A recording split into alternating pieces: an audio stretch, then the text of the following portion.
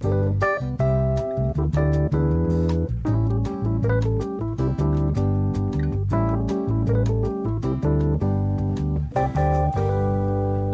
and welcome to another Happy Pod, the only podcast in the world. Wait. Okay. Hello, everybody. Welcome back to another Happy Pod, the most wonderful podcast in the world. The one where when I'm the guest, I do the intro, and we talk about movies. Try to keep it light, and try to look for the good in things most of the time. Especially in this case, I hope. Ooh. Because today we will be talking about Lana Wachowski's artistic midlife crisis, aka The Matrix Resurrections. Welcome back to The Matrix. Yes, we're going to jack off and jack in for the final time. I'm very excited. Don't like this. I don't like this saying at all. This is where it ends, right? No. Oh, good. You're just committing to it now, going forward. Yeah. We'll see. We'll see what happens. Hopefully not, but you never know what could come up. Lawrence, we have a guest. We do. Hello, I'm Ben. I'm Ben from Canada. Is Ben our, I was going to say fifth Beatle, but third Beatle in this case? Yeah, I did say to him earlier, he's just our smart correspondent. Whenever we don't understand something, we're like, we need Ben to undumb this for us. Yeah. I prefer resident overthinker when the boys get lost. I like that. We call him in when we just are seriously completely fucking stuck, like we were last week. Yeah. Which was why we need you here this week, Ben. Yes, I'm here to explain? Question mark? I don't know whether this is explaining or going on a diatribe to try and figure out what the hell's going on in these movies. Well, we'll do as best as we can. Where do we want to start kind of picking up on the tail end of Revolutions, or just The Matrix as a whole? Where do we go? I would say, I think the first thing we need to do is reference the fact that we have made loads of money this week, Nathan. So we'll speed run this quickly. Oh, shit. This is the part of the show where we get together. It's another happy revenue. We get together, we talk about how much money we've made from this podcast specifically, because we like to be transparent and open about the incredibly lucrative business that is this show. Last week, I can't remember the amount of Swedish krona that we had, but I know that it resulted in £1.69. Oh, the funny sex number, but we've fun of it. Yeah, we've been waiting for ages to hear. This week, Nathan, we've been humbled. Oh, no. The mighty mountain that we've been climbing has let us know that it didn't want us there. We have earned the net profit of 1 extra penny on top of that total. Surely not. Yeah. Hey, line goes up. That's true. That is true. So this week we're also splitting the profit between the three of us now. So you got to do 1/3 of a penny each. Yes. Oh, I didn't consider this. Okay. That's working off the basis that it would be an equal 3-way split, Ben. And you've yet to explain the Matrix 3 to us, so we'll see. Send us an invoice, Ben. We'll get through it. Well, I want to make you pay a £2 international transfer fee to drop me 1 penny. Okay, sounds good. Nathan, what did I interrupt you with? Where are we going? Where are we starting? I have no idea, mate. Okay. I have an idea. I could talk about my experience with The Matrix. I'd love that. I'd love nothing more. I was fucking obsessed with this shit as a kid. This was the coolest thing in the world. Yeah. We used to make me and CJ used to make little chess games where one of us would be like the main, one of us would be Neo, and the rest would be an army of Agent Smiths, and we'd get like a little toothpick. And then we'd make him flip a little stick around and kick their asses. It was great. I saw it at a very young age. And yeah. I did not understand it, but I kind of did. And then as I kind of got really into art, and then damn, this is some of my favorite stuff that has ever been on film. Matrix Resurrections was, as a result, the only one that I've seen in cinema.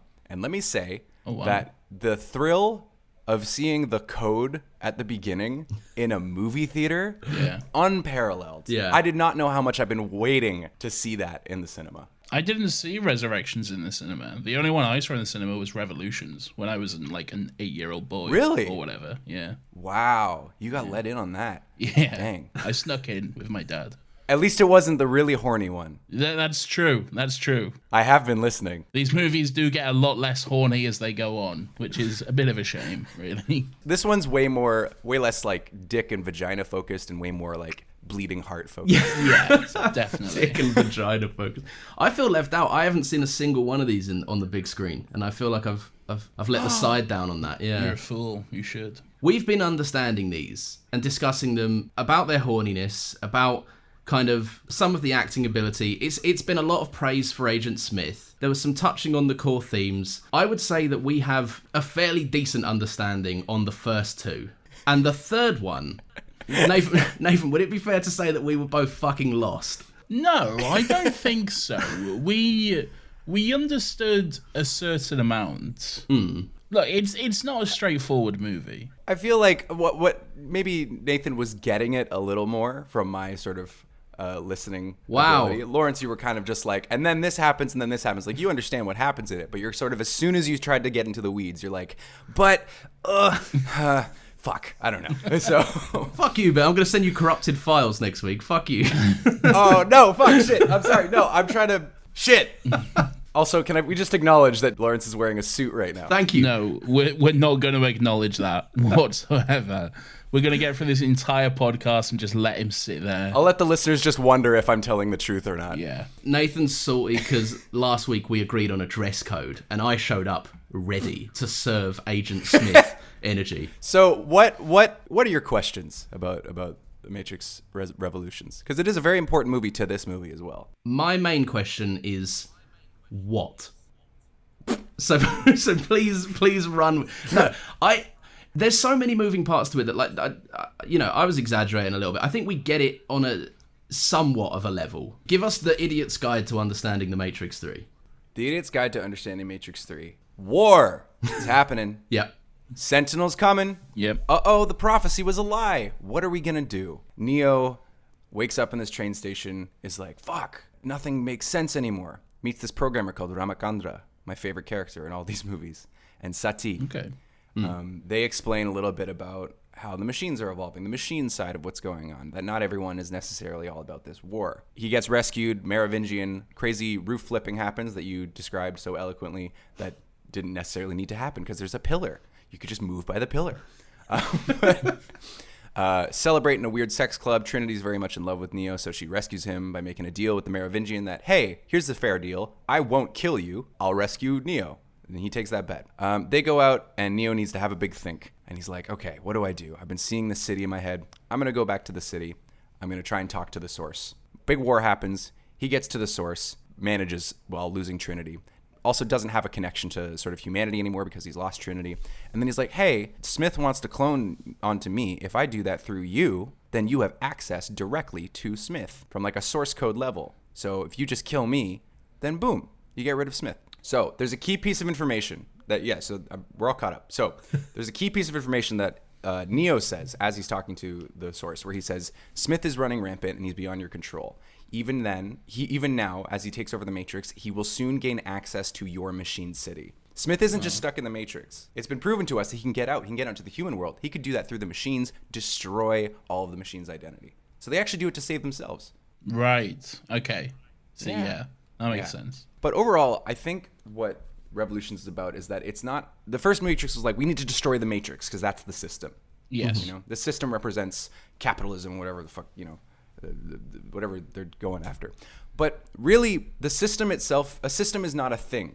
A system is how disparate forces collude in order to sustain itself. The real system they discover is that the machines make Zion and then kill Zion and then let Zion happen. That's the second Matrix. So really what they do is they destroy the system itself. And they say, what if we just have peace? If there's no conflict, then the system can't function as it does. So that's the real Matrix he destroys in the end. Right.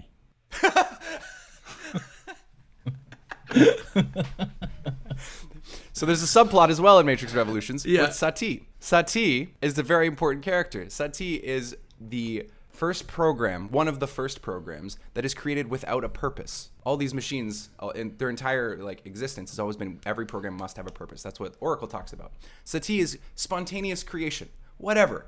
We'll just have a kid. Let's just hey, my wife, let's code a little baby program that we can have. Like a new little baby artificial intelligence. Sati has no purpose. Therefore, she's trying to be exiled. Her parents sacrifice herself so that she can live. Love. Machines are capable of feeling love. Maybe we don't need to kill the machines. Maybe we just need to save them because they're also suffering from the system. The people in power are also suffering from patriarchy.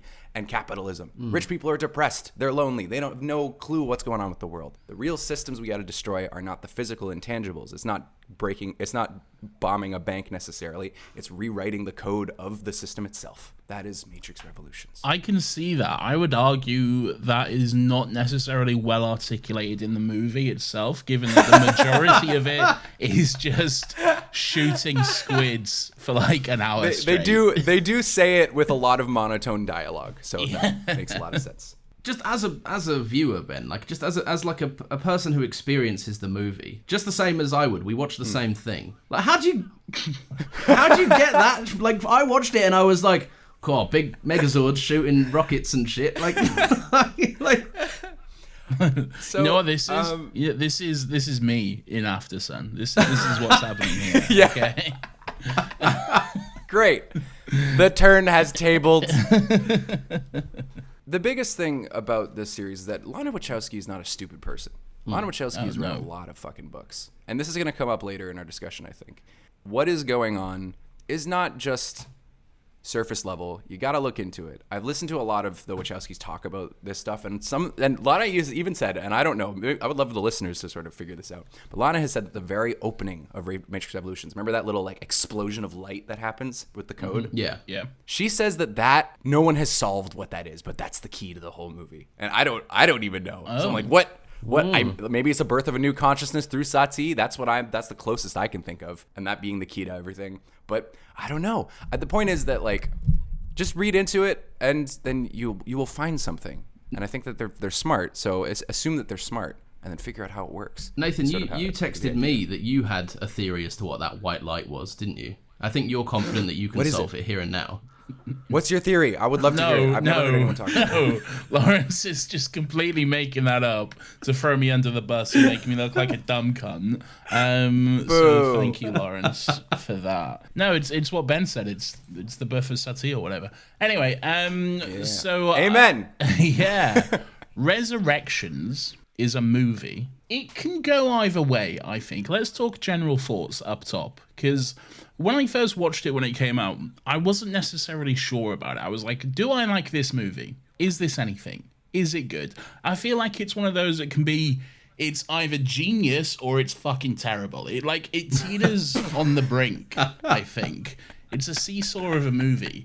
And then when I was watching it yesterday, I was like, oh, this is genius. This is really fucking good. And then there were moments where I was like, oh, maybe not. But I feel like overall, it's good. It's a fucking good movie, I think. I really enjoyed watching it yesterday. Yeah, I watched it just this morning, and I was kind of like, firstly, it justifies, it's not the movie should have to anyway, but it justifies the existence of, like, so many times a sequel will return after 20 years or whatever, and it's just like, we wanted to milk the money out of this big kind of cash cow IP, and so quickly it's just like, we're not interested in doing that. Like, within the first 5 minutes, it's introduced so many like things up top that casual audiences would be like, I don't want this, I want Neo kick people, please. Neo kick butt now. I feel like that's part of it. I feel like it's a legacy sequel, but also kind of serving as a critique of legacy sequels in the same vein. I mean, the only movie brave enough to go, Warner Brothers made this, but fuck Warner Brothers. We hate them. I had a very mixed reaction to it at first as well. Simply just on like the filmmaking of it. The story, though, I found, quite compelling, and I liked the sort of creativity that they were going with, like you said, this sort of legacy sequel that's very self-aware of its role as a legacy sequel, and trying to say something while being one. But on this watch, I've just finished it. I felt so deeply touched by it. I found it very emotionally affecting. Yeah. Okay. This is like such an emphatic fuck you of a movie, and I respect the hell out of it. But not only that, it also feels deeply personal. Like this is just Lana Wachowski's thoughts and feelings. Yeah. Just like splayed out for us, while also trying to do what she's being forced to do. Yeah. I feel there is very much an element of fuck you to it, because it's the whole, like, you know, there's the story of like fucking Warner Brothers execs trying for years to tell Lana Wachowski to make a Matrix sequel, and she's like, no, don't want to do a Matrix sequel, and it's like, all right, fine, I'll do a Matrix sequel. It's all about how Neo doesn't want to do another Matrix, so fucking here you go. And it's just she is Neo basically in that fucking story. So I really like you kind of get more of that as well when there's like when the character Thomas Anderson or Neo in the Matrix like agrees to do the fourth one to make the new game in the universe. You get like the brainstorming sequence, and it's just a bunch of people that you could almost go on Reddit, throw a stone, and you'll hit one of these fuckers. Like, because it's just the people like bullet time. That's what the Matrix is. And then there's the one guy that's like, you know what? Unlike you guys, I didn't love the first Matrix. And it's like, oh, you're cool. Like, yeah, I think it's very obviously like that. I think that's the kind of like surface level stuff of it, that it's clearly supposed to be like, fuck my own existence. If I'm gonna be here, I'm gonna make you look stupid while I'm here. Did you notice who was one of those writers? I did. Did you know? It's Martha Jones from Martha Doctor Jones Who. herself, yeah. What? She's there, and she's like, Lil still got legs crossed over there. Right there. It's even funnier because she plays like quite obviously the person who has the clearest grasp on what the Matrix is about, and then like all the dude bros in the room are like, you don't get it, and just immediately talk over her. So can I give a little background to how this movie came about? I'd love it. I've done a lot of like listening to sort of Lana talk about the process. Please. Basically, this film was born out of tragedy, both creatively and real life. Lana Wachowski was in a position where she had lost 3 people in her life: her mom, her dad, and I think a close friend or an uncle or a godfather or someone. In the span of like a year. It was a really, really awful experience. So sorry to down it, but that's sort of where this comes from. Yeah. And you know, once again, Warner Brothers had kind of done the annual email of like, can you make a Matrix 4 for us? We'll pay you a lot of money. And really, this is the only movie that, you know, they were gonna let her make as well. And Lana, essentially, the story goes that Lana was up one night, reflecting on her lost family, really, like this turning point when your parents pass on the mortal coil and shuffles off the mortal coil, and you are now the adult, you are now the elder. And in this kind of moment, just started writing, because as a creative, that's what you do. And what came out on the page was a dialogue between Neo and Trinity. And what Lana was sort of feeling was like, oh, this feels like, you know, my mom and dad a little bit. And suddenly there was the kernel of an idea, and like, okay, why would they be back? I think there's an emotional reason why I could make this. For my parents, for me. She kind of buckled down and was like, all right, if we were to do this, then what's the most interesting legacy sequel possible? Yeah. How can we do it? And that's the core of it. And that's why this movie is very deeply emotionally touching to me, because I think everything bleeds from that yearning, that desire, that reflectiveness, that like, am I who I was? I don't know, I've changed so much. Going back to where you started. There's a lot of room there to do interesting things, and this is the movie that we got. There is definitely a lot of kind of like, maybe this is also in a fuck you studio kind of way as well. There's a lot of going back to where stuff all started in the films, in the actual Matrix. Like, I mean, the opening of this movie is essentially 2 characters watching a version of the Matrix and realizing, just the same way we are, that something is off and kind of off kilter, which is really, really interesting. Just, you can tell as well, like in the filming of it, it looks different. It has a different flair to it. It's not as heavily storyboarded. The music's different. It's obviously a different actor, but like there's something in the vision of the direction that is very different. Yeah. I was going to say, remember when I first watched this movie, and then watching the opening sequence, at first it just made me very apprehensive. Like, I'm not sure about this. It just feels like nostalgia for nostalgia's sake, just treading old ground, just going for the exact same opening as the first movie, but just updating it, making it a little bit different. But that's clearly intentional. They're obviously doing that on purpose to fucking make you have that reaction, and then they twist it with, you know, the introduction of bugs and how it's a simulation within a simulation, essentially. Yeah, really good stuff. The big thing, I honestly, like, I would just implore anyone who watches this movie and is kind of like, oh, I don't like it. Just bear in mind that the biggest defense I have of this is that Lana Wachowski is not a stupid person. Yeah. That is it. Lana Wachowski is so intelligent, has read so many books. There's no way that what you're thinking as a failure is, the chance is so minuscule that she's just out of touch. Yeah. So you got to look at it charitably. Well, when you consider that as well, you like, it's so, especially considering she's the same person that made the prior 3 Matrix movies with her sister as well. Like, it's just there is no way that a studio is going to push Lana Wachowski around. And Warner Brothers will have come out of those meetings going, yeah, we got the first scene of the Matrix recreated. Like, they're going to be feeling great about it. Exactly. Not understanding that it's Lana's way of just being like, you guys are fucking stupid. Like, I'm taking the piss out of you with this whole thing. And they're like, no, we got Neo and Trinity kicking. Like, Ben, do you know why it's just Lana for this one? Yeah, Lily Wachowski was like, no, I don't want to go there. Okay. Lana had the idea, approached Lily with it being like, hey, I think I'm going to do this. I would love to have you involved, but Lily just said, I don't want to touch it. So equally personal, there's a very personal connection to this from both of them. Lily's gone on to actually kind of quietly exit filmmaking as well in a way. Right, okay. Now a very, very fascinating painter, if you want to look into that. Ooh, very interesting. okay. Which also, there is a nod to Lily Wachowski in this movie. Is it? Lily's whole thing right now is yellow rubber ducks. And what does Neo have on top of his head as he's sitting on the bathtub contemplating him making this new Matrix game? I'm so glad you said that, because I watched that and I was like, there's no way that duck is there for no fucking reason. And I was like, I don't get it. I don't understand.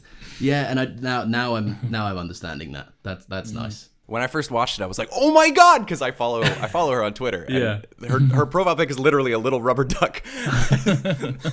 It's almost like That's digitally, cool. just like, here you are. Yeah. I've not forgotten about you. And like also contemplating, like, man, if I'm gonna do this, like, I'm gonna do this without her. Like, that must weigh on you. There's a lot of weight emotionally, personally to this, in every kind of moment of it. That sort of like loop of like, all right, we're going to the pre-production meetings for Matrix 4. Yeah. How do I? Oh God, I can't believe I'm doing this. And that is so. That first third is so just palpable in the anger and rage about it. Yeah. Well, let's kind of talk about the first third, because I think that's kind of how we've done the Matrix up until this point. We've kind of just gone through it, and as we've thought about stuff, we'll just kind of pick it out as we go. So yeah, we've done that, but we've done the opening scene. There's something off about this new Matrix. It's familiar, but in a way that not just from a recreation and different actor or actress standpoint, it's actually kind of, it has like a tangible difference that you can feel. We cut to, where do we go straight after that? It's Neo straight after that, isn't it? Yes, Neo, because they get Morpheus out of Motor Morpheus, I think.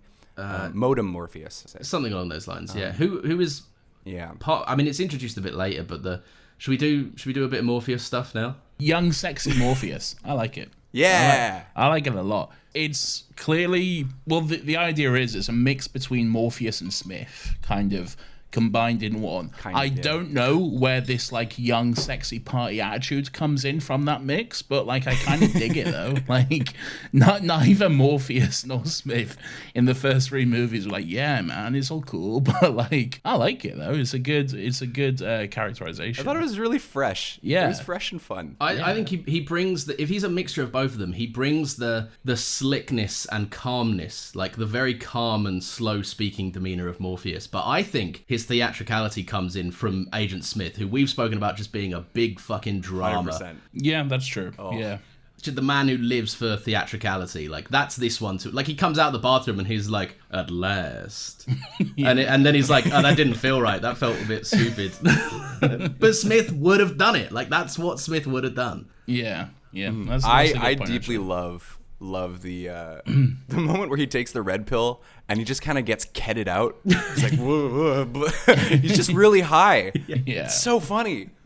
I never considered that. Like, what is this actually doing to your brain Yeah. if you don't immediately get jacked out, you know?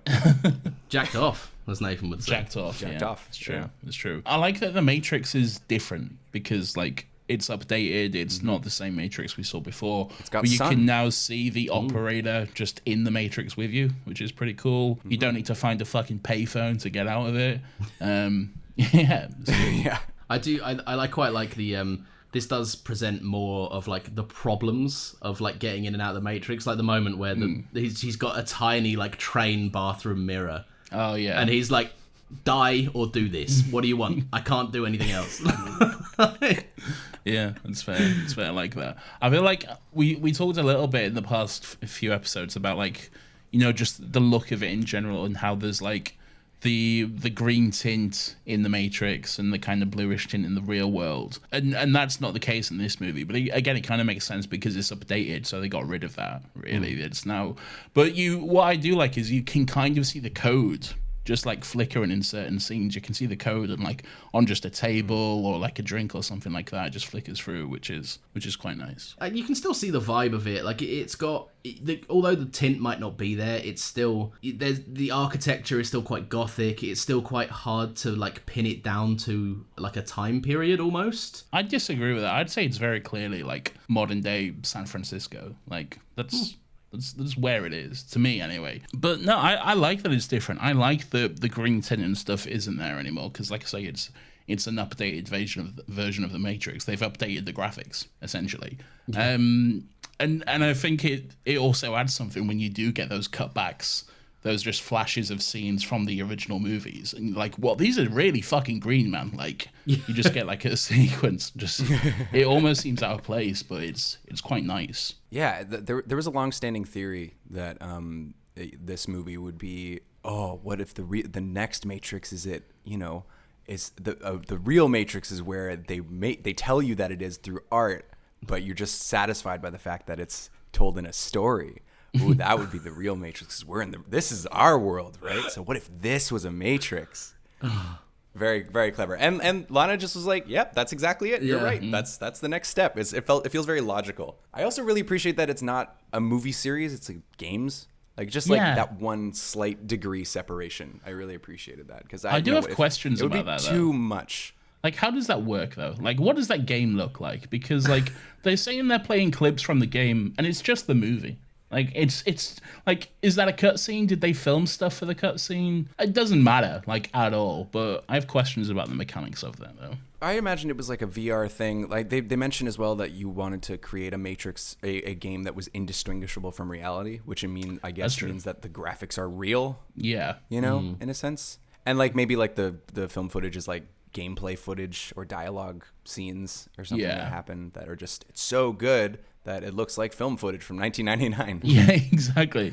I guess in my head, when they say a game, I'm thinking of like a PS2 game from like the early 2000s or whatever. And I'm like, that's not going to be that immersive though, is it? That's going to be like, that's going to look exactly like Enter the Matrix or like The Path of Neo or whatever. It's like GTA. It's exactly your life now, but you can just go outside and just bazooka a helicopter or something random. Yeah. But no, I think that kind of makes sense, actually. I think I was too bogged up with our world, but this isn't our world. So that kind of makes sense, I guess. I think you do need that, like Ben said, the one layer of separation, because otherwise you will just be watching the movie being like, am I supposed to be in the Matrix? Am I the audience? Am I part of the Matrix? Like, what you'd feel very much like, I feel like you'd miss the point. This is still very much saying, like, I'm exploring these concepts, but through the lens of a film. You are still just watching a film that I've made.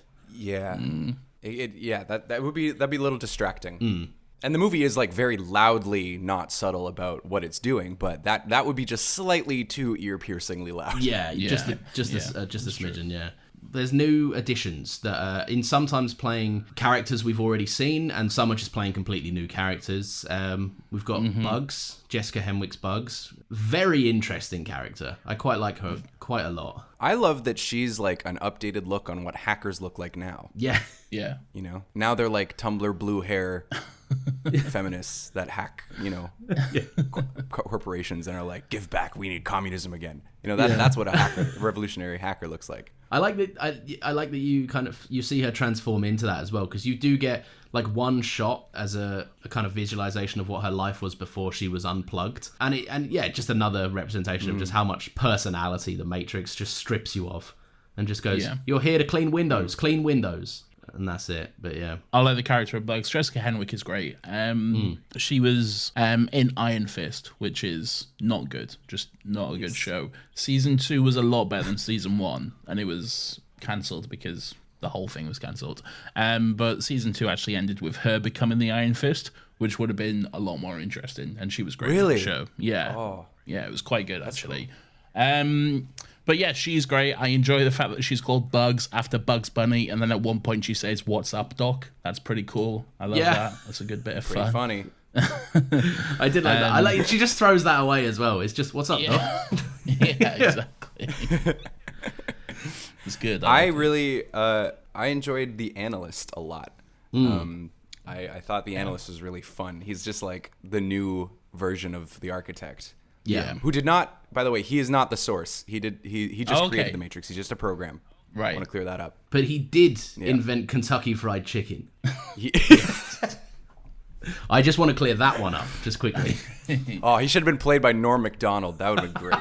So who's the source then? Just the machine? The source is like the machine mainframe. They're it's like the king of the machine city. Everyone else in every other kind of identity that is a program is just a program that is there running about in the Matrix. So the architect sort of sits in his spot as a conduit between the one and the source, basically. Right. So, but now the analyst is sort of just like, hey, I invented this. I'm going to keep track of it. And this is a new role. It's a new me. I'm cool. I like humans. Yeah. I do like that when you first see him, like, and he's in like the therapy session with Neo, he's literally just a fucking walking blue pill. He's like head to toe. He's in like a blue cardigan. He's just doing gay conversion therapy, which I loved. Where are we at with like the trans reading of these movies, by the way? Call me ignorant. I don't get it on this one. I'd say it's more prevalent in this one than some of the others, I think. Okay. But me and Lawrence have said, like, we can see how that's a part of it, but we're also not qualified enough to speak on it necessarily. Sure. And we don't want to misrepresent something or anything like that. But I feel like it's definitely a part of it. I feel like anyway. They even mention it in this movie. It's part of like that boardroom sequence, isn't it? Doesn't one of them go, it's about trans rights or something? Yeah, I think there's just like a real ham-fisted trans rights kind of line. Yeah. Well, at the end of the movie, there's also a very blatant thing, which I will get to later. Okay. But, there's lots of good resources out there if you want to check out like a nice video, audience, people listening. Lots of good resources. People have like delved into every single part of it. Yeah. There's one by this creator Aronach who's made like a feature-length video essay called "The Matrix is Intrinsically Trans," and that's an interesting one if you want to check it out. Yeah, I should watch there that. is. I think I might be getting the title of this wrong. There is another one that Mason mentioned on a Caravan episode of this, which was like, I think it's called "The Matrix Sequels Are Good," actually, or something. Yeah, by Curio. There we are. Yeah. Or Sophie from Mars. There we are. Yeah, just amazing kind of things. I think to ignore its like relevancy in these movies is just so ham-fistedly ignorant, but at the same time I'm like I don't think I'm fully equipped to understand everything from my experience. There's a really fun line actually right at the beginning where Bugs Morpheus is just like, "Oh yeah, this is Thomas Anderson's apartment." And Bugs says he stopped being Thomas Anderson a long time ago. Yeah. And like, yeah, definitely Lana stopped. Lana became a new person a long time ago. We're not even worth talking about it. Yeah. I think one thing that makes me really appreciate the Neil Patrick Harris's inclusion playing the analyst. Is it the analyst? It is the analyst. Yeah. Analyst. Yeah. I think something that Ben, I'm curious to get your take on it as someone that kind of just watched Matrix 3 and went, I get it. Unlike me and Nathan, who were like, I think we maybe do get it a bit, but maybe not much as well. To be fair, it took me like 10 watches of just enjoying the fight scenes. Okay. I was like, oh, wait, maybe there's something to this. It's like a teenager. So what I really appreciate about his inclusion is his charisma and delivery of like complex things and ideas. Because I just think him sprinkled throughout the movie being like, you thought this, but actually this, and here's a visual representation of a bullet flying towards Trinity's head. It's way simpler. Yeah. Yeah, it feels more like a movie rather than like, and I know you feel this because you I remember the fucking montage of just the stupidly long words that the original architect says in the final like third of Reloaded. And it's like intrinsically, statistically, blah, blah, blah, blah, blah. No man should drop the words concordantly and inexorably in the same sentence. That is ridiculous. It's fun. But like, I get it. I appreciate it. I am fully aware that I am at fault for being like, I don't know what those words mean. I'm dumb. but at the same time, I do like, if I had two choices, I would always choose Neil Patrick Harris being like, woohoo, I'm dancing around the screen, doing some cool stuff. I'm explaining some themes, and I'm being really charismatic while I do it. And he's fun to watch. Definitely, it's always a plus. It's just way less obtuse to go at it that way. Yeah, you know, I would recommend watching, like looking up all the words the architect says and going back because like, oh shit, this actually like makes sense. But you know, for like a comforting viewing experience, it's always a plus. Yeah, make no mistake. I'm fully aware that he's saying some stuff. I think my main criticism, I think he's saying far too much stuff for me. In one sentence. Yeah.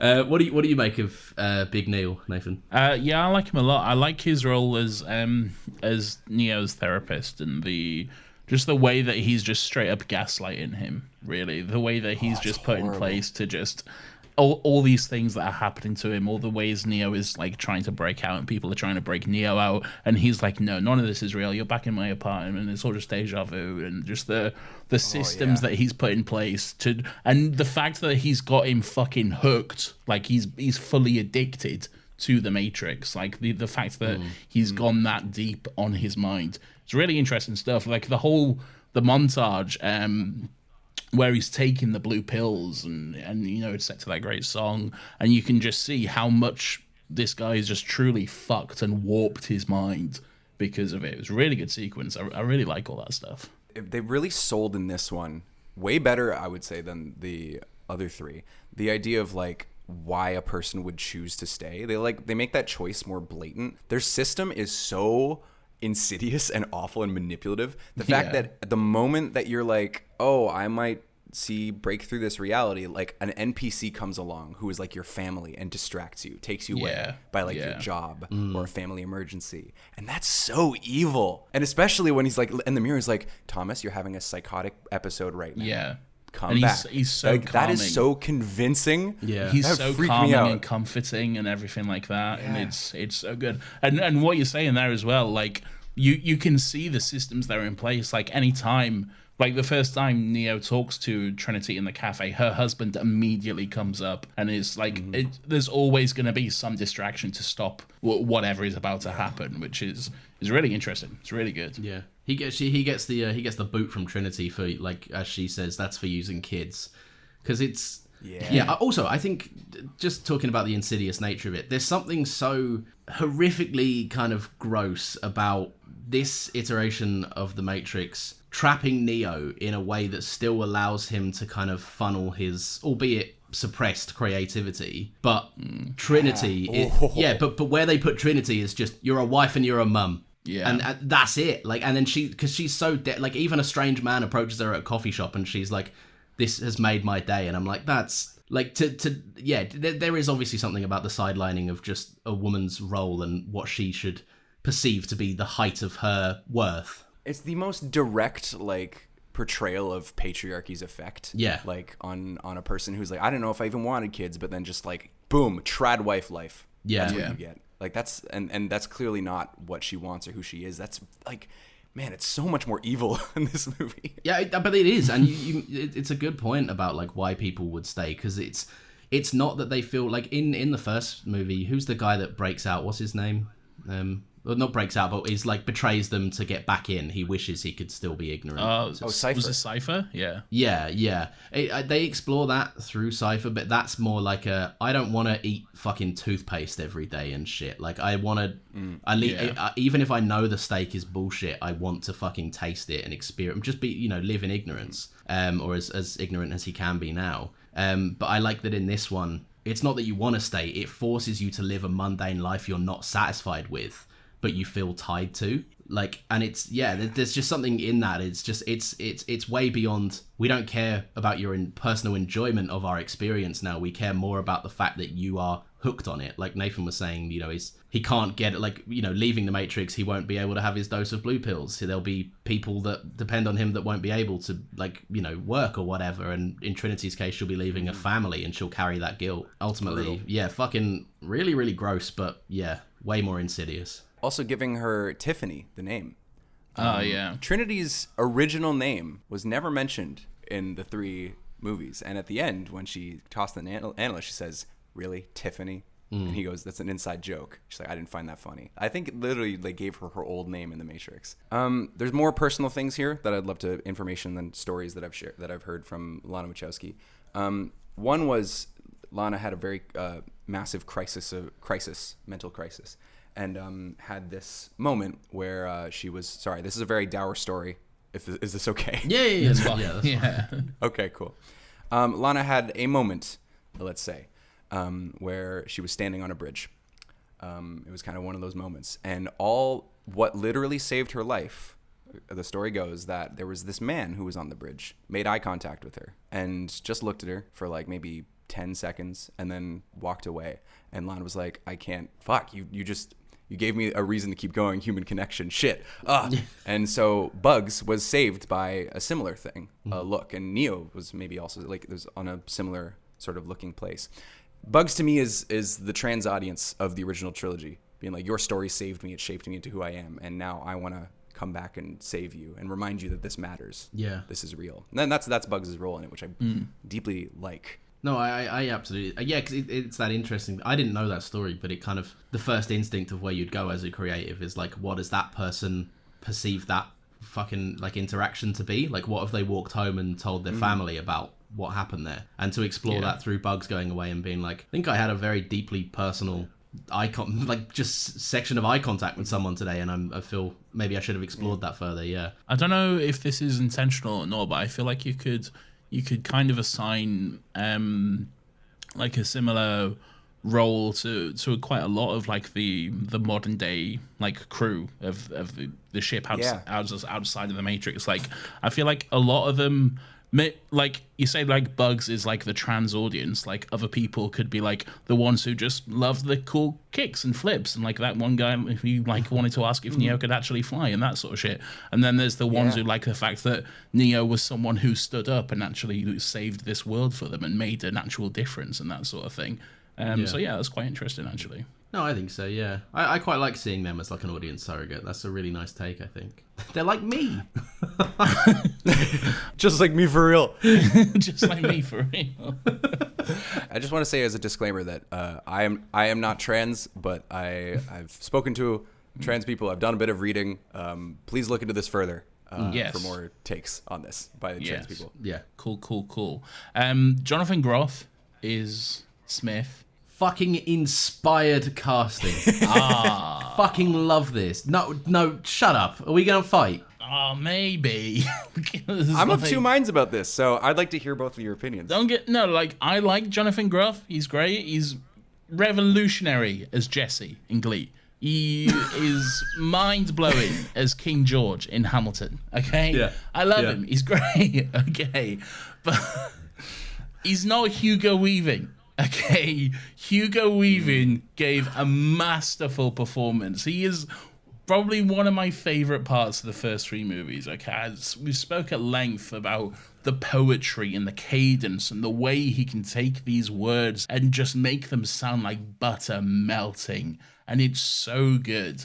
It's lost a little bit. If he was so good, Nathan, he would have cleared his calendar and been there, all right? But there were scheduling conflicts. That's what heartbreaking about it to me. I know, yeah. That's the part. I like what they did with it, but if the mind fuck that we would have all felt if he walked into that office like, hey, so we're gonna make another Matrix, like to Neo. Yeah. You're like, oh, whoa, like that would have blown your mind. I do like that moment though, because it does like cut back and forth between like his original introduction, and that was quite well done and stuff, and you immediately get a sense of, this guy's not quite right, something fucked up is going on here.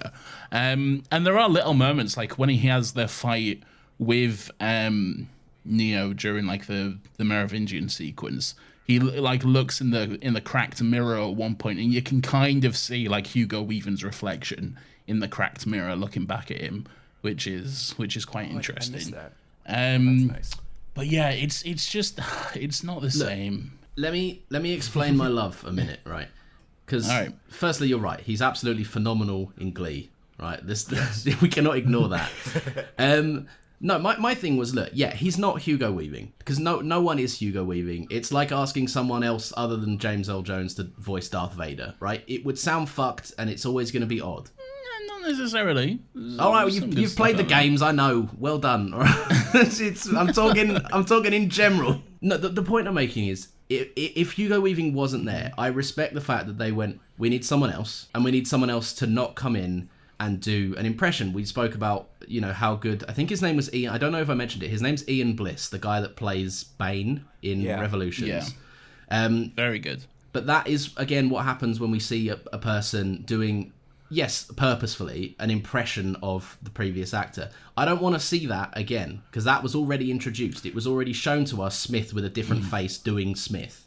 So in this new version of Smith, this kind of returned version of Smith, who also represents the biggest threat to both Neo and who we all now know Neo to be, which is kind of a reflection on how Lana sees herself, the big bad, the studio head of Warner Brothers and Neo's arch nemesis, right? This person that has invaded the landscape of where people go, right, and where people live, and gone, I'm all of you now. Everything you watch is me. It's I know it's not Disney, but it's the Disney of, I'm everywhere you fucking look. Sure. I don't know. I just think there's something interesting, and I love the way that he brings the theatricality to it, which is why I think someone like Jonathan Groff is good casting. They didn't cast, I don't know. I feel like they could have cast someone a bit more suit and tie, hello, Mr. Anderson, slow and all of this. But he gives off the Smith vibe. I love how they played with also the recast in the dialogue a little bit, where he's just look at you, you're old, and I'm even more perfect. Yeah. They got that ego.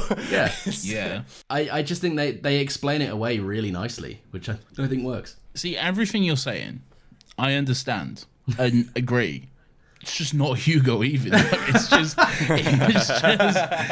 just not this. There's no way to me you can fix this. I get it, and from that point of view, yes, absolutely, I can see. It's just when you compare the two performances, to me personally, one of them is just so far above the other. Maybe not so far, but it's just above the other one, and it's because it is just such an incredible performance, which I've just completely fallen in love with. You can't match it, but I think that it's an undertaking for an actor to walk in on a role that is that iconic and to just go, I'm actually going to not do exactly what was done. We've all got eyes. We know that's not Hugo Weaving. It would have felt weirdly out of place if he was going, hello, I'm Hugo Weaving. But it didn't necessarily feel out of place when Bane was doing it. It felt like we both loved Bane's performance. I see what you're saying, because he's Smith inhabiting someone with a new face in the real world. So I see the parallel you're drawing, but at the same time, I still view this as a very new version of Smith. Although yes, he has the history, he has the memories. He's designed to be specifically better than he was before. I don't know. Yeah. Maybe I just love Jonathan Groff. I got a question for Nathan. I mean, since we're still talking about it. So this is an interesting thought on criticism. Do you count this, does this to you view as a fault for you? Or is it just for your own personal... No. This is just me personally. This is not a mark against the movie at all. I get what they were going for, and I get that it's something different. And for that, it works. It's just me personally, my own personal preference. It's a shame. To me, it's a shame that I couldn't see Hugo Weaving do it again. Yeah. Really. It's completely selfish and personal, but it's that's how I feel. That's my reaction. But it's valid. It's Yeah. valid. You are valid. Thank you for validating me. There is no beating Hugo Weaving in this role, but I think for what he does, he shows up and he does a very good job. Yeah. But yeah, if we want to just go chronologically a little bit more, I'd love to talk about Io and sort of how the story has progressed. What happened after the war? Yeah, I love Io. I fucking love this shit too, man. Yeah, this was a big thing for me. I really like that it's what Neo did. It wasn't for nothing. It could have been so simple to just be the war started up again and we're back in square one and all that sort of shit. But no, it actually meant something. It actually had an effect, and fucking Niobe's back and she's old now, which is great. But we can see through her exactly what he did and how it helped, basically. yeah. Yeah, it's really kind of what I wanted out of Force Awakens as well. Yeah. Which like in Force Awakens, there's kind of there's a sense of futility to the previous one. Yeah. But this they hammer it home like, no, this mattered. It's fine. And especially Niobe's character being like, I learned to love silence and peace. Like that, you changed my life in that way. And, you know, and now we have true harmony. We have the results of what you did in Revolutions, which is now there are machines who are on our side. Our side is now, what we're fighting is just a faction that broke off from the machines that are still stuck in their ways. And we're kind of out of the fight. But now we enjoy sort of our solitude and our peace. Now we're growing strawberries. We're working with AI. That's like the true victory, really. And that's the beacon of hope that will carry them through to hopefully the end, where we could see this everywhere. But all that matters is that like our people we're safe right now. Yeah, 100%. I love that they've got like machines on the team and stuff, and there's the little one who gives him a fist bump and all that sort of stuff. That's so cool. Man. That's so cool. This is so much less intellectual than how you guys were just talking, but I have a note that just says, I really like Sir Bebe and Octocles, two cool guys. Too cool, dude. Because they go over and they give like like you say, like the little head fist bump kind of situation. Yeah. They're cool. They are cool. I do like it a lot. Yeah, and I also like how like the design of Bugs' ship. It's like half like a traditional ship we've seen in the Matrix, but then the back end of it, it's like machine-like. It's like they've taken the best of both and combined them into something new, which is really good. And that's that what I like is that line Niobe has, where it's something to the effect of, it's not us versus them, it's us and them working together to build something better. Which is good, really. And even like the idea that the machines were touched emotionally by what he did. They're like, we're looking for a way out of this system, and you granted us that. Like he's not just the savior of humanity, he's the savior of like all intelligent life that we're able to listen to him. That was like, made me feel so warm. It is all life as well, because like depending on how you see, or depending on like how you kind of interpret programs, and I know Revolutions probably deals with this quite a little bit, especially with Sati, who we can get around to. This version, or what's the city called? It's not Zion. What is it? Io. Yeah. So Io kind of it has this kind of technology now. Maybe that was kind of gained through the contacts with machines and the kind of relationship that's been built there, which allows programs to now enter, not in the fucky way that Agent Smith did, where he had to like kill someone and like karate chop their heart out or some shit. But like instead, now that they're just able to be there and to help, like it feels like maybe this again is a kind of like the like speaking, and I don't want to say it is, but speaking to like the trans kind of messaging in this, which is, you know, once acceptance can be had, that's the moment that actual progression can move forward. Like once people that are not stuck in their ways, like once people accept people for differences and appreciate those differences, you can grow together, as opposed to just being like, nope, we all want to sit in our own corners and slowly die. Like that's what we'd rather do. Yeah. They literally explicitly say that diversity is helping us create vegetables. You know? Yeah. I do like how there's still, Bugs has still got the line of like, you don't want to fight a war, you're more concerned about growing strawberries. And I'm like, I would be too. She's done enough wars. Like, yeah. You weren't around in Revolution. She did quite a bit. Well, how do you feel about the fact that let her be old? Yeah. How do you feel about the fact that it's been 60 years since the trilogy?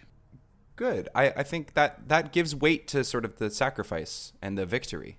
You know, like an entire generation has lived and maybe died. I don't know what the life expectancy is like there anymore. I mean, Niobe's still alive, but that you've deeply impacted everyone you know, for that long before trouble started to appear. That just adds weight to it. You know, it gives like an answer to it. Was very open-ended at the end of Revolutions, where it's like, what is even going to happen? They're like, maybe peace. I don't know. Colonel Sanders. But here there's an answer. It's like, oh yeah, we had 60 years of good times. Yeah. And now we're in trouble again. Some of us are in trouble again, and we're trying to just do our best. I like that it's kind of that extended of a time, because like Ben said, you get to see how all the commanders and the council and stuff, like the the citizens that you're seeing here, they're like the kids of the people from Zion. Like you get to see the kind of life that they now lead has been direct messaging from like the teachings of the people from Zion of an older generation. Like there's one character, I can't remember the exact character and who the exact character of the father is, that says like, you know, he was always so skeptical of Neo and he would never say it publicly, but he freed his mind twice.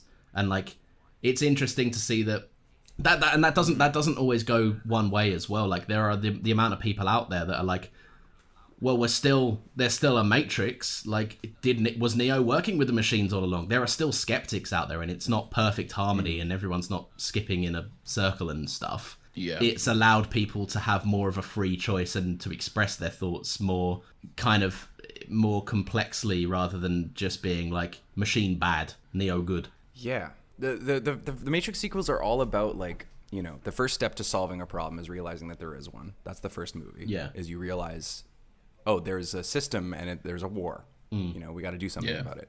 And then they kind of dig into, what does that mean? Well, it's not killing all the machines, not committing a genocide against our opposing force. Maybe it's about finding some kind of harmony, and then we can build something together better. That's the true goal. It's not to defeat your enemy. It's to enter symbionts with them. Yeah, no, I like it. What about you? What do you think about the difference in time, Nathan? Yeah, good. Love it. Cool.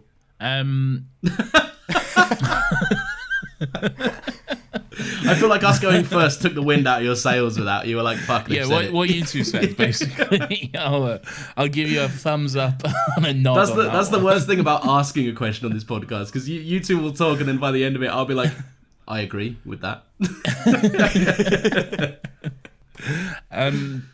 What was you when you was talking earlier, Ben, about more of the end of the movie and how like it can lead into more of the idea of like this trans analogy and that sort of stuff, and I'm interested to know what you was getting at, because I feel like I may have like picked up on the same sort of thing, so I'm interested to know what you're talking about, basically.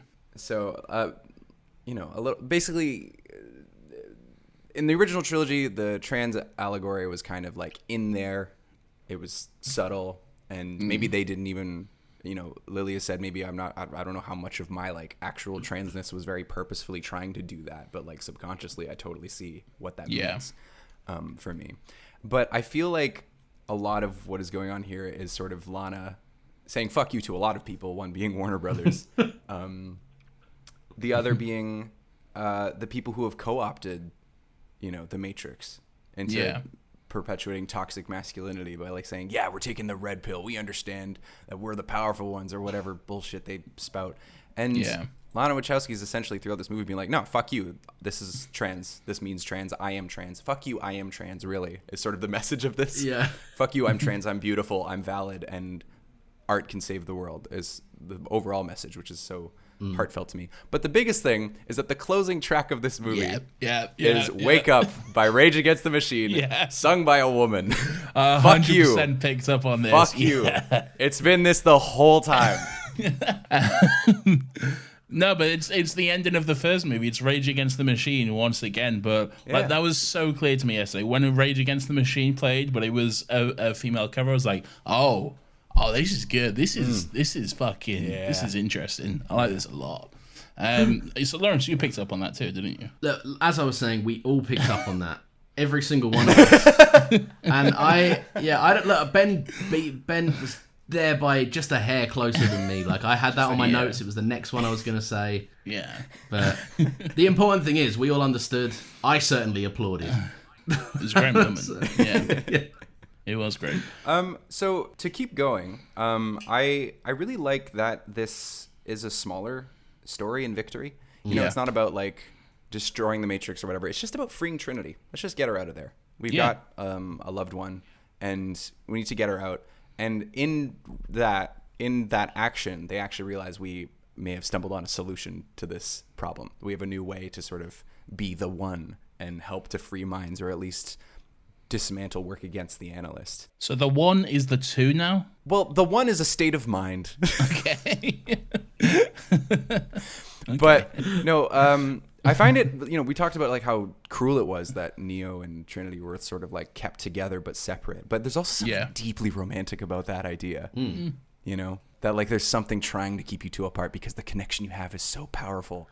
Oh, I fucking love how cheesy it is in the way it's just like, if these two so much as fucking touch each other's hands, then their intimate love is going to explode the Matrix. Like it's so silly, but great. They're a dyad, but it's in the so Force. sweet. Yeah. It made me really emotional because like that's true love, baby. Yeah, it can break down the Matrix.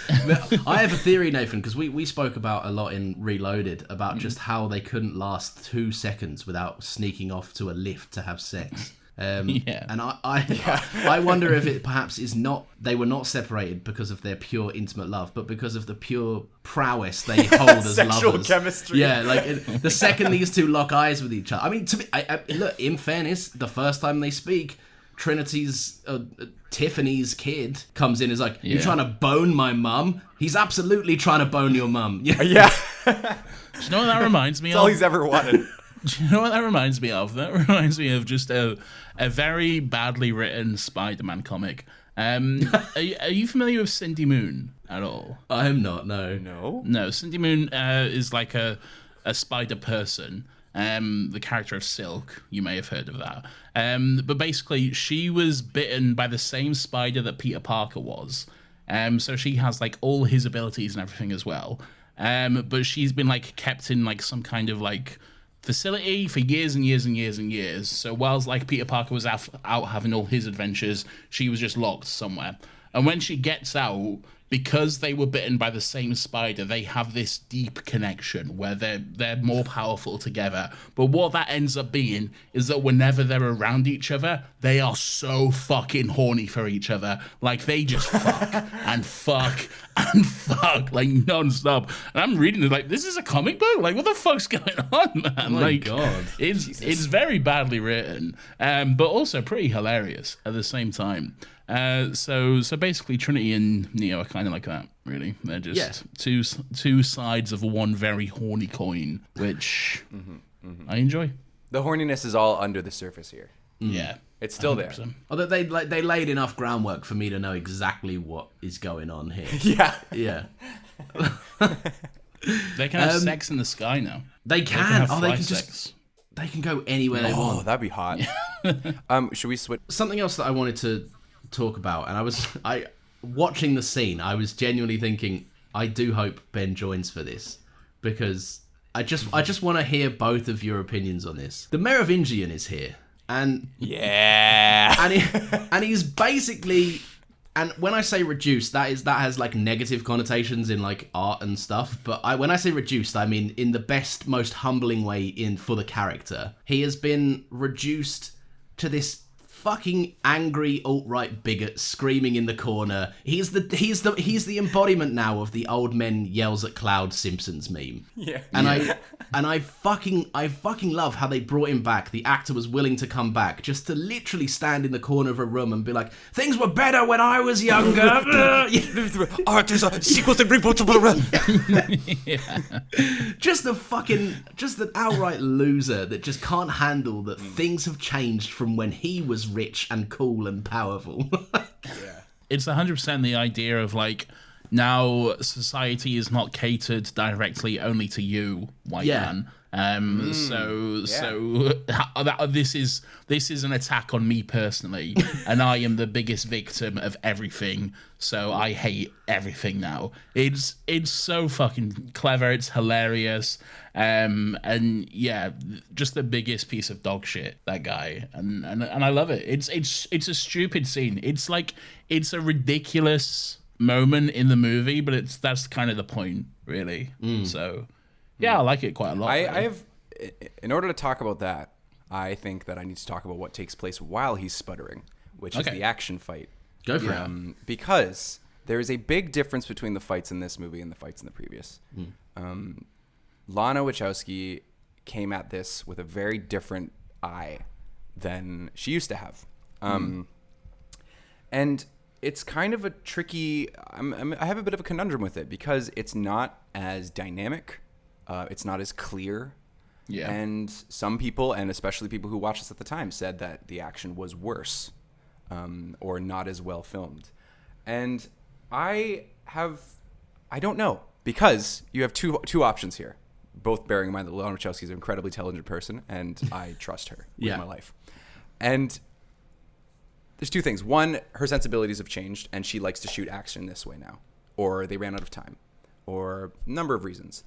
But could it be possible that as this guy, the Merovingian, is sputtering about how things used to be better and more interesting, and you ruined everything, that we also get a mid-action scene in the middle of it that represents all of mid-action scenes in all of Hollywood? I'm just saying.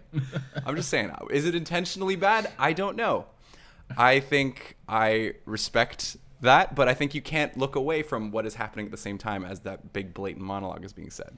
What do you think? Interesting. That is interesting. I don't know, because you're right. The action is different. It's definitely not as, like I say, dynamic. I kind of described the fights and especially the middle two movies as kind of like more floaty and less impactful, really. Which when compared to the first one, because I really liked the action in the first one, and I always felt like in Reloaded and Revolutions it was a bit more less impactful and a bit more, like I say, floaty. And this kind of, to me, it kind of felt like a mix of the two, really, because you did have the fight with Neo and Smith, where it was like that, like the fight in the first movie with Morpheus and one of the agents, where like they were going through the walls and they were getting dirty and all the dust was falling on them and that sort of stuff. But then you did have some not as intense, but some good like kung fu action moments as well and stuff. But never quite the same intensity to it, really. So I don't know. I took it as like it's just kind of a mix between the two, like trying to find a middle ground. Well, like almost with the fight sequences in the Star Wars sequels, like, you know, because you have the prequels where they're fucking off the heads, they're running up walls, they're flipping, they're doing this, that, and the other. Then you have the original trilogy where it's slow, it's calculated, it's this move and that move, and then you have the sequels, which is trying to find like a good balance between the two of them, really. This was kind of what I thought was just in the same vein, really. Sure, I like that. I love your theory, Ben, and I'd love to agree with it, but the only reason I can't is because maybe this is me enjoying things at like my most movie popcorn brain ever or whatever. But I was watching the action, and for me, like Nathan said as well, because we've spoken about it on the last 3 episodes, like the action I think has been somewhat hit or miss throughout the entire trilogy. And in this one, I felt it was a return to what I liked so much about the first one. Like, you're getting people getting their suits covered in shit, and they're getting dust, and they're getting their heads caved in on fucking concrete blocks and shit. Like, I like that because it's all very, like, you can feel the weight of the action, you can feel the punches, and yeah, there's still the sound effect, the kind of sound effects of stuff, but at the same time, you're still feeling the weight behind it. So I don't know, like I love what you're saying. It could be a taste thing because it's just it was so jarringly different in how it was filmed. It is that it felt very intentional to me. And I don't mean to say that it's a bad fight scene because there's lots of cool shit in it. Yeah. I have one more piece of evidence though. One more piece of evidence. Oh damn! The line that Smith says to Neo, where he says, "Shit, wait, give me one." You withheld this so that you could win the argument, Ben. I don't like this. Exactly. So Smith is fighting Neo, and they're in like below, sort of in the sewers area. They're getting very dirty, and I did notice that as well. They brought back the dirt, which is really nice. And Smith says, "You've lost something, Tom. You're not what you used to be." Now, obviously, Neo is Lana Wachowski, so what is that saying? Maybe something about the action, something about the storytelling, a lack of belief in yourself, or something. Yeah. And Neo says, "It's true," followed by a really cool run up the wall kick that I was like, oh shit, like there's some of that kind of, I guess, juice or something that felt very the original trilogy for me, that suddenly came out of nowhere. And he's like, nice, that was a good one, Neo. And I'm like, there's something about like that felt like there's this relationship to action in it that felt so deliberate to me that I can't resist not bringing it up. Fuck you, you win. Fine. Yeah. No, well, that's as well though. Like they had a different fight choreographer, different DP, different crew. Like there's a whole bunch of reasons it could look like this, and everyone has a different taste. So, I do quite like Lana's that take though. Changed. I enjoy that in the sense that like the immediate you've lost something. Yeah, maybe I have. Here it is then. So I haven't lost it. I just wasn't using it or whatever. Yeah. I just got a note that says Simulate. No, that's one of my little things. That's one of them. Damn, I've only got one little thing left. No one else better take it. Okay, I won't take it. So what do we think the end of this movie, the main goal, the third act, is a big heist, which we haven't done since really No, I actually think every one of them is a big heist, actually, if you boil it down. But what do you think of this big heist to go get Trinity? I quite like it. I was following it all throughout. But Ben, maybe you can explain this to me a bit.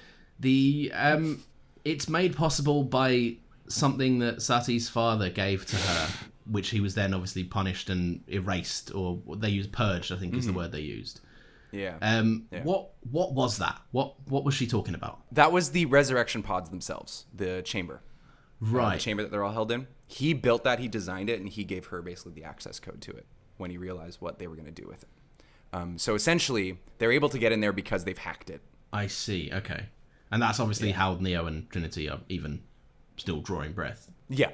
Because they're kind of being really sneaky. Like when they sneak Morpheus inside, and then he kind of just shuts down the defenses so that they can get in and then get out before the Sentinels, and then they come down and they're like, oh, where are they? Yeah. And so that's how they manage. I like that when they come down. Huh? What do they do? And that's no, it's really, really fun. I love how it hinges on.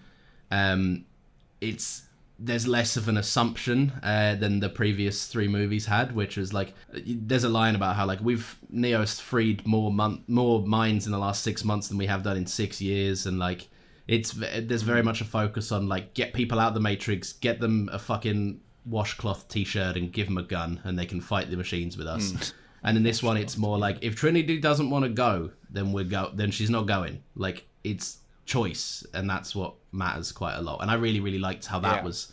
It gave that was the result of Revolutions as well. That was part of the treaty, is that people who want to stay in the Matrix, they should like just give them more of a blatant choice. The problem was that they gave them a subconscious choice so they could control them. Yeah. What do you make of it, Nathan? The heist. I like it. I really like the whole scene in the coffee shop in Simulate itself. It's just very tense. Walking into fucking Simulate and just seeing just cops everywhere immediately. That's something to be scared of. And then there's the whole fucking action sequence. It feels big, but it's small. And I like the ridiculous nature of it. The fact that we have swarm mode activated, and then everyone just turns into fucking zombies, and then you got Trinity and Neo on a bike as people just fucking hurl themselves out of the windows and turn into literal bombs. Like that's so fucking stupid, but it's so fucking cool as well. Like that how can you watch that and think this is bad? Like it's so good, man. You got people committing suicide and just fucking being a bomb, basically. Great, love it. I'm all for it. If I was going into the Matrix to free minds, the first thing I'd lead with is like, yeah, sure, steak tastes nice here or whatever. But at any point in your life, you could suddenly get up and sprint headfirst out of a fucking, like, do you want that? Do you want that to happen? Yeah. What about what's your take, Ben? I think it's it's that idea that Nathan said, like it's smaller. Like even the Matrix itself is smaller because there's less people in it. Like it's occupied with a lot of bots. Most of these people who you talk to and interact with are just like they're not gonna break out of the simulation because they are the simulation. And that's super evil and insidious. And I like the smaller nature of it because it keeps it personal. It doesn't mean that this whatever happens here is going to be the end of the Matrix or we're going to solve the war. It's just want to accomplish this because we need Trinity deserves to have a choice, so let's give it to her. She was and that's really sweet to me. And sort of that big moment where she's like, I hated that name. I became Trinity because I hated that being called Tiffany. and sort of smacking him, and then reaching out to Neo. They finally, it's like the slow-mo, and they touch, and the music's really lovely. God, I got so emotional on it. It was so sweet. And the sheer power of their sexual attraction causes like the entire place to explode. Their sexual attraction was so powerful that it summoned the most dramatic man on the planet, Jonathan Groff's Agent Smith. Yeah. Okay, so here's the thing. So here's what my take on that as well. Because Jonathan, if he does represent the studio, think about this for a second. Warner Brothers said yes to this script. Yeah, that's interesting. So they found common ground in like, Lana was like, hey, I've realized, okay, you want me to do this. I have a way to tell a very personal story, cap off this thing, give resolution to some stuff we left open-ended, and just do one little hurrah with this. And Warner Brothers comes in at the last minute and is like, hey, you can control the Matrix, but I finance this movie, so I can also do bullet time. And comes in, beats them up. They work together because that's what Lana and Warner Brothers did in the end. Yeah. You know? So Yeah. that's a little metaphor for you. I like that. I do like that. I also like the character kind of motivation where he even says like at one point, you know, like this is quite an unlikely alliance, and it's just like Smith. Yeah, he hates the Matrix, but he likes this. I guess he likes this like new iteration of it where he can like he's better. He can kind of has more control. He's a walking ego narcissist who loves himself, and the only reason he attacked Neo is because like we have to kill you in order for us to like stay here, you know. But by the end, he's like, oh wait, there's a way that I could be here and everything's fine, and also the analyst won't have his chains on me because I like to be me. He loves himself so much, and he's like, sure, I'll help you out so that we can both get what we want. This seems good to me. He hates being controlled. That's all he wants. Yeah. Yeah. Far more articulate than my full note was far less articulate, which was he wants the analyst to have less control so he can be his wacky, weird self again. Exactly, though. But that's it. Yeah. That's it. Yeah. His purest self. He's like, he's got so much joy in him. Yeah. You know, throughout the whole of the others, like he's enjoying every second of that final fight in Revolutions. And now here he's like, oh, here's an opportunity to be me again. And I want to be me. I don't want to be part of like a system. And that's sort of his kind of, I guess, soft redemption, because he's not really hurting anybody. He's just kind of going around being an asshole, I guess. Yeah. But more to like, you know, in a more harmless way, because he's got no drive to do the virus thing again. You know, that killed him last time. He's like, if I can live, then let's do this. Yeah. Do you guys have any criticisms? Anything you don't like? I genuinely don't think so. I think like it if you split it up into like 3 acts, the opening is a really, really interesting kind of exploration into what that life in simulation is actually like. The second act is a very, very nice reintroduction to how the humans are living outside of the simulation. We get the natural expansion of that in a very satisfying way. And then the third is just basically like, what if love was powerful and did this? And there's like, look, for the first time in a fucking long time, something real is happening in this simulation, and it's too overwhelming for it to manage. And Neil Patrick Harris eats shit. I just think it's such a satisfying movie as a sequel, and it also it just functions on such a nice level of like it's always towing this weird line of despising its own existence whilst reveling in the fact that it gets to tell a studio how these things are done while simultaneously being like, you suck. Which I think is really, really cool. But yeah, I genuinely... So no criticisms? I don't think so. I like none that are like... Wow. Yeah, like it's not always the movie I'd like be like, I'm up for a good time, I'm going to put this on, because it's heavy. But at the same time, I'm like, this...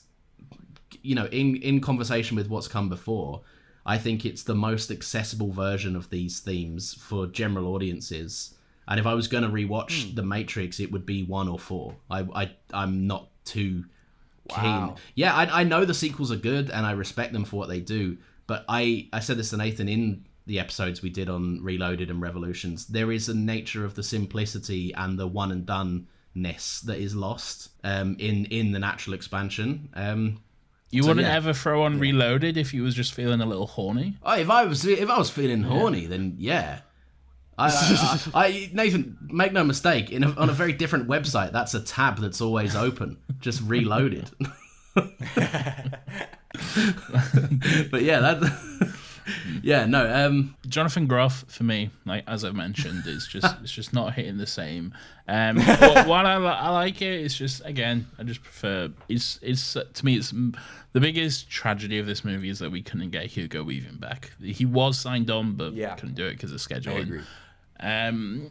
But then as well, I feel like you lose. What I liked so much about The Matrix in the first 3 movies was the vagueness of it, and like in terms of like, you know, it's not New York, it's not Chicago, it's not Sydney, even though it looks like it. It's any city. It's not named. At no point is anywhere named. It's just this vague city.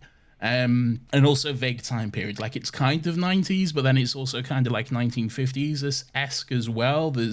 It's never just you can pin it down to one kind of place and location. And with this version of The Matrix, like I said, to me it's very much modern day San Francisco. They never say San Francisco, but at one point they do say they're in Tokyo, and then I'm like, oh, all right, Oh yeah. I guess. Oh, I never realized that. that's Yeah. That's the first name drop of a city. Yeah, so it's like it's very much, I guess, The Matrix is Earth then, but like I don't know, I just liked the idea that it was kind of like a place, a city, just something they've created, really. So, In my understanding of how it works is that it was originally just a nameless city. yeah, It might have been just one city in a mountain range, like really. But as with this new Matrix, now you're occupying it all with bots. Where do all the people go? Let's make the whole Earth then, and then start it all over. Is sort of that's my interpretation of how that works. That it did used to be that, but now because you have so few, you need to scatter the people a lot more. Surround them all with bots. So I'm just reminded of some of them are Tokyo. I'm just reminded of like how long we spent the other day trying to work out like if the highway is that long for the highway sequence in Reloaded, where could they put, like, where are all those turnoffs going? Like, where are they going? Okay, there's 2 cities. There's just 2 cities. There's a big highway. Well, I think the conclusion we found was that they're all just driving in a big circle until the day ends. It's just a big ring road. It's just a big ring road around the city. Yeah. They're doing like the Homer Simpson in the Simpsons movie. Oh, yeah. Where he's like going around the roundabouts. Yeah. I've got a couple closing thoughts, if you don't mind. Sure. Yeah. Please. So in the end, Trinity sort of also becomes the one. I imagine in some combination of resurrection and being in touch with like her past self, and you know just breaks the code, sees it, and goes, "This is beautiful," and then flies out, and they finally meet in the real world, and then they go to the analyst and say, "Fuck you, we're around now," and he's like, "The sheeple are not going to go anywhere," and they're like, "Well, we're just going to make this world more beautiful then."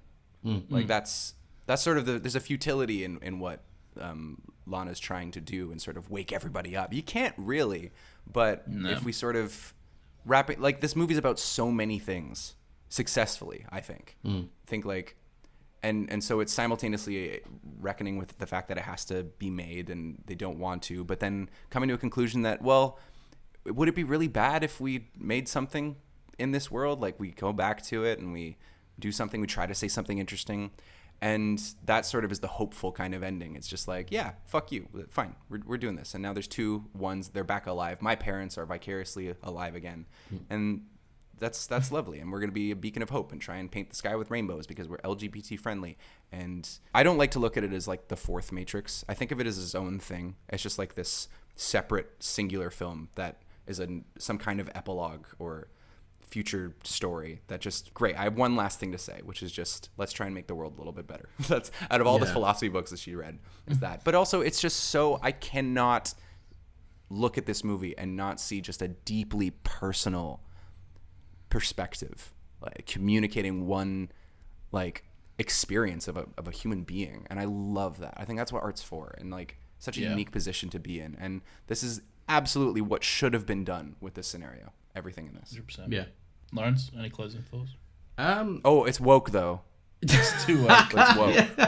It's certainly So woke. wait, never. You should actually disregard everything I said because it's woke. And we don't like that. Yeah. So Woke is bad. Everyone knows It's that. pushing agendas, Ben. God. Yeah. 2 out of 10. Yeah. 2 out of 10. 2 out of 10. Too woke. No, I think just kind of. Actually, I was just reminded of Nathan's joke last week about how how like their mission now is to go out and instead of instead of freeing people and attempting to always correct the corrupted minds, I guess is like what we'd say like fucking incels force-fed fucking dog shit, like criticism and fucking dumb takes and all of this. Like, you're never gonna you can't fix someone. Like, if that's how they think and feel, then unfortunately that's just the case. And whether you agree or disagree, like, all you can do is just continue to like push on, be yourself, and refuse to apologize for being around and for existing. And hopefully in doing so, you kind of give enough other people out there the courage to do the same, and the world becomes slightly better through, you know, a strength in numbers, as opposed to trying to change the minds of everyone that have already made them up. Which I think is interesting. I also this was Nathan's joke that I really... Amen, brother. Yeah. Yay. But I like Nathan's joke about how now they're off to go and do whatever they want in their Minecraft server. Yeah! I love that. That's the happy ending. Yeah. That's gorgeous. They're on creative mode. Yeah. Yeah. I would like to recommend everybody to a video by Emp Lemon, Emperor Lemon, Emp Lemon on YouTube, and he did a video called The Matrix Debooted, and it just tackles this sort of idea of like reboots and how this movie talks about that in a nice way. So nice. That as well. Check it out. Watch that. They've got a list. They've got homework. Well, if we're recommending videos, I would like to recommend a series of videos essentially called Caravan of Garbage. If you look it up, there's 3 videos on the Matrix, edited by 2 idiots. Not sure their names, but yeah, you can find them. Look those up. They're pretty good fun. So I know there is one guy called Ben from Canada, and I think it's solely him. There's no one else that's ever been any kind of creative engage. Just going from what everyone seems to think. Is that's my I haven't watched the videos, but I imagine it was just one person. I'd agree. Little things, Ben, we do for this Matrix.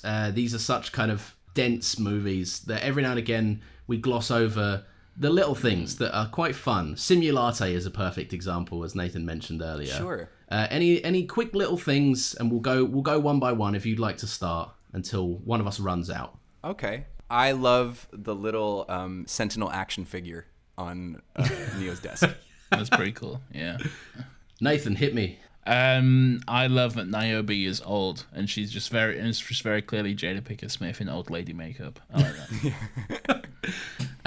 I like that Tiffany's husband is literally called Chad. Yeah. Chad. It's Chad Stahelski. Yeah. I don't know if I said his last name right. He's from director John Wick. Is that him? Yeah, it's him. It's a stunt double. Oh my god! God. Worked on John Wick. Oh my god! Wasn't he? Didn't he? He did the stunt work in the first 3 Matrix movies as well, didn't he? Yeah. Well, he did. He was his double, I think. Yeah, that's it. Yeah, he was a double, and then he got into directing, and then he did John Wick, which is fucking wild. Yeah.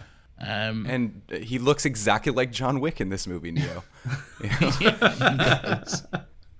He does. Yeah. I've got another little thing. The bit where all the pilots, Bugs comes up and steps forward and says, "I volunteer." It's like, "No, I'm ordering you to go." She's like, "Well, I volunteer." And then she's like, "All right, I need 2 more." And then everybody steps forward. I like that. Yeah. I like that moment a lot. That was very cool. Yeah. I have no more little things. Okay, my final little thing is straight off the bat, if it wasn't obvious enough that this movie is making a comment on legacy sequels, like one of the first things that Bug says is, what was it? Is it, why use old code to make something new? And it's just the like the plea for originality, please do something else. But if we're gonna do this, then fine, at least. That is my final little thing. Ben, do you have a final little thing or a list that you can now just reel off until you're done? I have a final thing, and it was Morpheus steps out of the toilet, and he says, "Oh yeah, I thought I'd give that line. Remember in the other movie? Remember when I said that?" And it was there. And he says, "But now coming out of a toilet, is it a tragedy or a farce?" And I think that's a very good question. Okay, I like that. Lovely. This brings us to the close of the first kind of event that we've had, if you can call it an event. The Matrix. We did it, Reddit. We did it. We did it. It was, it wasn't that much different from doing anything else. So, we arrived and recorded 4 consecutive weeks. So, well done us. Stay tuned next week for Indiana Jones. No, we're not. Is it actually? No, it's not. Oh, okay. Ben, you know what's coming. I cannot invest that much of my life in Indiana Jones for a whole month. That's fair. Good point. What are we doing? Oh, I know what we're doing next week. We're doing this. Yeah, you know what we're doing. In a time of darkness, when fear ruled the galaxy, Move along. This is a restricted area. heroes will rise. Entering hyperspace. Destinies will collide. Who is that kid? And a rebellion will ignite. I have 3 seasons of television to watch in that time. Better go watch him. Yeah, fun. They can give us a little follow if you audience would be so kind. We are at Another Happy Pod on Twitter. You can give us a little follow there. You will get a little post to remind you when new episodes go out, which will happen on Fridays at 10 a.m. And they can give us a review, but I would like Ben to tell them how they can do that. As a person who's never ever left a review on a podcast before, Except ours, Ben. look it up. Outrageous. Give us 5 stars or don't, but please do. It'd be cool. You don't have to. Oh yeah, there's that button you can just press 5 stars. Yeah, just do that. Yeah. You don't. If you're gonna sign up and all that, we're not asking you to do all of that. There's no credit card info that will take a £0 charge just to prove you're not fake. There's none of that. Just press a button. That'll do us. That's all we need. Do we have anything else to say? Excellent. Oh, Nathan, we have another podcast. Yeah. What's that? Yes, we do have another wonderful podcast. Still Got Legs. It's all about the weird and wonderful world of Doctor Who. 3 Doctor Who cast members in this movie, from my last count. So we got Freeman Agyeman, who played one of the Matrix people, Jonathan Groff, and Neil Patrick Harris, who were both appearing in the same episode. So there we go, good bit of fun. Still Got Legs. Every Monday, 10 a.m. we talk about Doctor Who, and it's pretty unlistenable, I'm not going to lie. But check it out. Ben, thank you very much for joining us. As always, we brought you in as the person to explain shit to us. No problem. You can follow. Link my Instagram, please, because I'm popping off on Instagram now. Twitter is evil, so I'm not using it as much. Best way to keep tabs with me is on Instagram. Roger. Everyone, what is your Insta? I'll give you a follow now. Ben China Pen. Ben China Pen. Boom. That's it. There we are. One final message for everybody before we close out. You are beautiful. You're valid. The system's in place. It has control over you, but it's up to you what you do about that. Try and make the world a better place. That's what this movie's about. Amen. And I'd just like to build off that and say The Matrix Reloaded still stands as the horniest movie of all time. Yay! We did it, Reddit. Woo! Nathan, hit us with the theme song. Oh, shit.